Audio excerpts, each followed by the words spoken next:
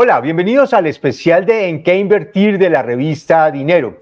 Hoy nos acompaña el doctor Juan David Ballén, director de análisis y estrategia de Casa de Bolsa del Grupo Aval. Doctor Juan David, bienvenido, muchas gracias por estar con nosotros. Carlos, mucho gusto y un saludo a todas las personas que nos están viendo. Bueno, vamos a hacer esto, como dicen en algunos espacios, pimponeado. Yo le voy a poner algunos temas específicos de en qué invertir y usted nos va a contar un poco las opiniones que tiene alrededor de unos puntos específicos. Si quiere, arranquemos por el tema que a todos nos encanta, el dólar. ¿Qué ha pasado con el dólar y si es un buen momento para invertir? Bueno, el dólar ha tenido un comportamiento mixto entre el primer semestre y el segundo semestre del año. Yo creo que eso es algo natural cuando uno se acostumbra a analizar constantemente el precio del dólar. Lo que uno encuentra es que casi que todos los años se divide por dos momentos.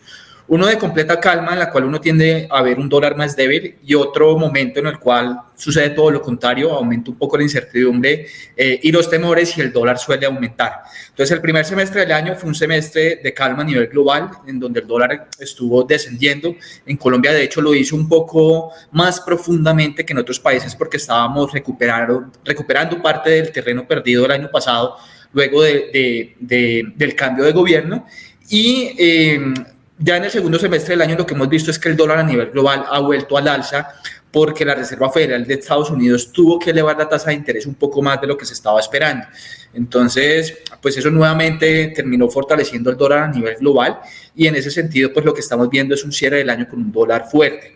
Por último, muy seguramente estos meses que restan para terminar 2023, el dólar siga fuerte, que es un dólar fuerte, muy seguramente por encima de los 4.000, por encima de los 4.100 pesos, ya que pues todas esas tensiones bélicas y geopolíticas que se han venido dando en Israel, si llegan a escalar uno, pues pueden generar un mayor temor en los inversionistas y mantener el dólar como activo refugio, y en ese sentido pues un dólar que cerraría por encima de los $400 en el caso de Colombia.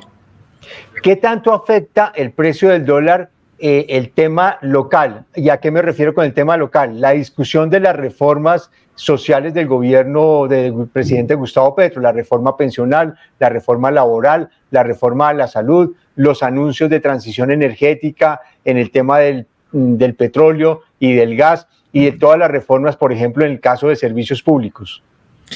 Bueno, el dólar normalmente, como nos hemos venido acostumbrando en el país, se mueve por los factores internos y los externos. El factor interno, sin duda, sigue siendo un factor fundamental para establecer el nivel de equilibrio del dólar, y las reformas que estudia el gobierno son muy relevantes. De hecho, posiblemente algo que pueda llegar a contribuir a que en el muy corto plazo, los próximos días o las próximas semanas, el dólar pueda llegar a caer, es el resultado de las elecciones regionales que tendremos pronto, porque en el caso de que el gobierno pierda, en este caso, pues participación en los resultados que se van a obtener, pues posiblemente tenga que entrar a negociar las reformas que actualmente se discuten en el gobierno. Y ese entrar a negociar, en últimas, lo que implicaría es una menor incertidumbre, un menor costo fiscal, que esa es la preocupación que existe en estos momentos. Y si es así, pues lo que estaríamos viendo que eso abre la posibilidad de que el dólar pueda caer a niveles de 4.100. Sin embargo, el factor externo sigue siendo predominante, por lo que hablábamos de una Fed con unas tasas altas y también pues estos conflictos geopolíticos a nivel global que se siguen avivando, y eso en últimas pues es lo que puede llegar a hacer cerrar el dólar por encima de los 4.000, más hacia niveles de 4.300, 4.400, que hacia la parte baja del rango que acabo de plantear. Solo para poner unas cifras, doctor Juan David, ¿qué tanto llegó el dólar a subir? Estuvimos hablando de 5.000 pesos. ¿Hasta cuánto ha bajado y qué tanto se ha revaluado y devaluado el peso colombiano? Bueno, en octubre del año pasado alcanzamos a ver un dólar que ascendía a niveles cercanos a los 5.100 pesos más o menos. Y prácticamente todo este año, hasta mitad de año más o menos, el dólar alcanzó a caer a niveles mínimos de los 3.800 más o menos, pero vemos que una vez tocó estos 3.800, nuevamente ha comenzado a subir. ¿Por qué esa caída tan profunda? Porque había un temor interno pues al cambio de gobierno y a las reformas que se estaban debatiendo, y pues lo que vimos fue que eso se fue minimizando en el tiempo porque las reformas no se han aprobado, siguen en discusión, y esa prima de riesgo castigo con la que se negociaba el dólar se fue cerrando. Y recientemente el tema externo ha predominado un poco esa tendencia a nivel global, entonces por eso en parte se explica el repunte reciente. Pasemos a otro tema que también afecta pues muchísimo el tema en Colombia, y es el tema de las acciones, el mercado de valores. ¿Qué tanto se ha afectado y si es un buen momento para invertir en acciones? Bueno, nosotros creemos que el precio de las acciones colombianas en nuestro mercado son muy atractivos porque están muy baratas, están por debajo en algunos casos, de los precios del patrimonio, y también diferentes indicadores que uno puede seguir, por ejemplo, como lo son los múltiplos de valoración o como lo son también los dividendos que pagan las compañías o los precios de valoración de estas. Pues lo que uno encuentra es que los precios están muy por debajo del precio justo al cual debiesen estar.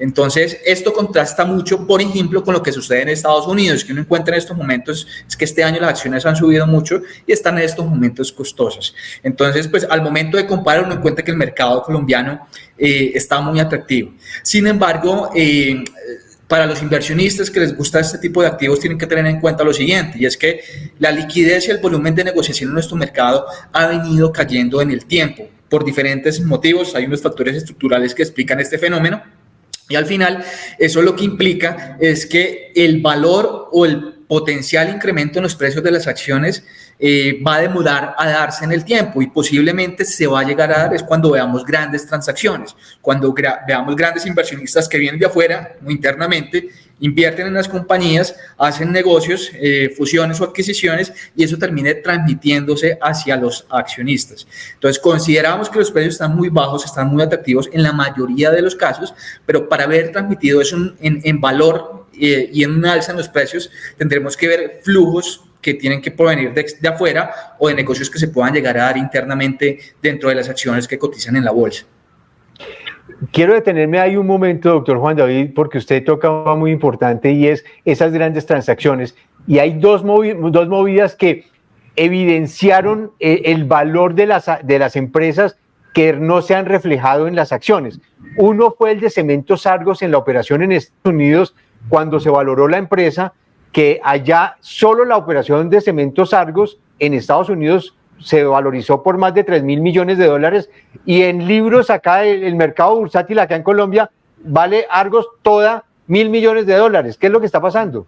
Y la otra movida es Éxito. Esos son los ejemplos perfectos, y si vamos un poquito más para atrás, pues tenemos todos los negocios a través de Gilinski y las OPAs que ha hecho con las compañías del GEA. Y es lo que ha venido sucediendo, es un incremento como en la aversión al riesgo por parte de los inversionistas. Como las acciones son un activo de alto riesgo y la incertidumbre que hemos tenido en el corto plazo no ha contribuido, pues en últimas, en lo que se ha visto es que los precios no reaccionan a esos fundamentales, a esas noticias o al valor que realmente tienen las compañías. Adicionalmente, ¿por qué hablamos de que el valor no se va a ver hasta que no tengamos grandes transacciones? Eso se explica por lo siguiente. Primero, porque los inversionistas extranjeros, la mayoría de inversionistas que entran a nuestro mercado de acciones, son inversionistas que siguen índices de referencia, como el MSCI, como el FTSE, que dependiendo de cuánto pese Colombia dentro de ese índice, pues ellos invierten en nuestro país. Y resulta que Colombia en los últimos años lo que ha venido es reduciendo la participación en estos índices. Entonces la inversión de extranjero que sigue índices en nuestro país ha venido cayendo. Y segundo, otro gran inversionista institucional que son nuestros fondos de pensiones. Los fondos casi que por regulación están al tope ya invertidos en todas las compañías que están en nuestro mercado. Y como los emisores han venido reduciendo, entonces estos dos grandes inversionistas que mueven y generan alta liquidez, pues tenemos que en estos momentos no lo están haciendo. Entonces dependemos de un tercer agente que puede ser un inversionista ajeno a estos que acabo de mencionar, que haga una transacción grande como la que tú mencionas que hubo con el Éxito, con Semargos o con las OPAs alrededor de GEA, que al final termine transmitiendo eso en el precio y pues termine generando valor para los accionistas. ¿Qué tanto está en riesgo el mercado de valores de Colombia después del anuncio de JP Morgan de pasar el mercado de valores de un mercado emergente a lo que llaman ustedes los expertos un mercado frontera? Yo creo que ese escenario sigue sobre la mesa, no es algo que vaya a suceder en el corto plazo, pero para que no suceda realmente necesitamos un cambio estructural dentro de nuestro mercado. Y yo creo que ese cambio estructural, en últimas, en lo que se resume es en un incremento en el número de emisores, en el número de compañías que tienen acciones inscritas en nuestra bolsa. Y ojalá sean emisores de compañías grandes, porque eso es lo que hace que nuestro mercado crezca y comience a tener una mayor liquidez. Pueden darse diferentes escenarios que ayudan a que este escenario no se dé y se demore en el tiempo. Si el precio de las acciones suben, por ejemplo, eso ayuda a que se mitigue esa probabilidad de que vayamos hacia un país frontera. O si Ecopetrol emite acciones y aumenta su flotante, o si lo mismo hace ISA, ese tipo de medidas pueden llegar a aliviar o a minimizar ese riesgo, pero realmente de manera estructural lo que necesita nuestro mercado para que esto completamente se salga del panorama es que tengamos un mayor número de emisores y ojalá sean compañías grandes dentro de nuestro mercado, porque eso va a generar más liquidez, el mercado crece y esa participación que yo decía ahorita que hemos venido perdiendo en esos índices globales aumenta y se mitiga ese riesgo de que pasemos a ser un mercado frontera. Entonces, está sobre la mesa, no necesariamente tiene que suceder en el corto plazo, pero necesitamos algo estructural que ayude a que este escenario no se dé. Pasemos a otro escenario, doctor Juan David. El tema de renta fija y particularmente uno de los productos que ha sido estrella en los últimos años, que es el CDT, gracias a las tasas de interés del Banco de la República. ¿Qué es lo que ha venido pasando? Bueno, las tasas respecto al comienzo del año están un poco más bajas, han venido descendiendo, sin embargo siguen al doble dígito. En el momento como más alto en que estuvieron, alcanzamos a ver tasas al 17, 18% en CDTs. Hoy ya están alrededor del 13 al 14%, dependiendo del plazo que estemos hablando. Ya ha caído porque pues, la inflación ha descendido y eso ayuda a que esas tasas de interés también desciendan. Sin embargo, siguen estando altas y qué tanto más llegan a caer va a depender mucho de la inflación y también de lo que haga el Banco de la República con su tasa de interés. La inflación, aunque está cayendo, digamos que el panorama es muy desafiante porque lo está haciendo muy lento y posiblemente no caiga tanto como uno desearía. Entonces, pueden que las tasas de interés continúen cayendo, sin embargo, en ese sentido, no lo hagan tanto como uno desearía precisamente y pues la rentabilidad que ofrezcan este tipo de productos sigue siendo de las más atractivas. Lo otro que uno tiene que tener en cuenta cuando habla de renta fija es del plazo. ¿A qué invierto? ¿A un 7, a un año, a 2, a 3, a 5, a 10 años? Posiblemente en estos momentos de incertidumbre y que la inflación siga estando un poco alta y que pues hay temas fiscales que generan miedos de que esa prima de riesgo país hacia futuro se deteriore, lo más apropiado pues es tener CDTs a corto plazo, están rentando muy bien, como decía ahorita, 13 al 14% y pues les va a generar un aporte muy grande en la rentabilidad de los portafolios de inversión que ustedes tienen. Finalmente, el tema de finca raíz, ¿cómo lo están viendo ustedes en materia de inversión? Bueno, el escenario para la finca raíz yo creo que va a seguir siendo desafiante, conectando esto con la idea que acabo de mencionar. Mientras la inflación y las tasas de interés sigan altas, que yo creo que ese va a ser un escenario que nos va a acompañar durante un tiempo largo, pues este tipo de sectores son de los que más se suele ver afectados, porque requiere un apalancamiento, requiere de la deuda, y mientras las tasas sigan altas, pues muy seguramente veríamos un sector que difícilmente puede crecer como lo venía haciendo en años atrás. Entonces, muy seguramente lo que veremos es un sector que sigue pues presentando unos crecimientos bajos respecto a lo esperado, y esto puede estar asociado a una parte por el nivel de tasas tan alto, por el nivel de inflación que sigue siendo alto, y por último también por unos precios de los insumos que por las tensiones que estamos viviendo en Medio Oriente pues pueden llegar a subir y que dificulten un poco precisamente una evolución positiva por parte del sector. ¿Hay algunas otras inversiones, aparte de estas tradicionales, diría uno, que ustedes tengan en el radar y que se vuelvan atractivas para los inversionistas? Existen diferentes tipos, como por ejemplo fondos de capital privado y demás. Sin embargo, yo creo que estamos en una coyuntura muy interesante en el cual uno puede encontrar rentabilidades muy altas en activos de bajo riesgo.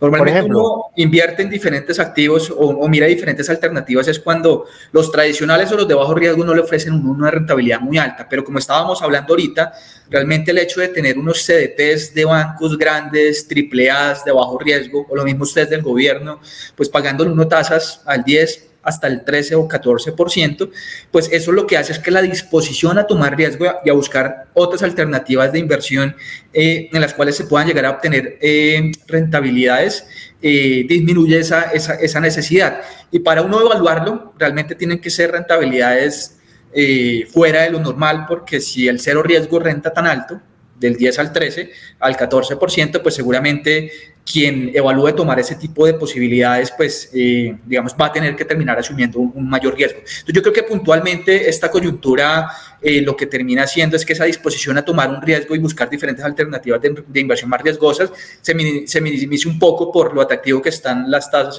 en activos de bajo riesgo. Doctor Juan David, muchísimas gracias por esta conversación, muy amable. Con mucho gusto, Carlos. Hasta luego. Hasta luego. A ustedes mil gracias por acompañarnos en esta conversación. Los invitamos a que nos sigan en nuestras plataformas y en semana.com.